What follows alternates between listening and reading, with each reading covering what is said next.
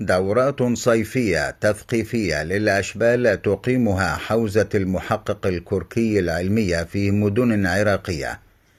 يقيم قسم التبليغ الديني في حوزة المحقق الكركي قدس سره العلمية التابعة للمرجعية في مدينة كربلاء المقدسة يقيم دورات صيفية، وبالتوجيه من إدارة الحوزة تقام هذه الدورات الصيفية للأشبال في عطلة المدارس الابتدائية لأجل التثقيف بثقافة العترة الطاهرة صلوات الله عليهم، مع إعطاء دروس في تعليم القرآن الكريم والعقيدة والفقه وسيرة أهل البيت صلوات الله عليهم.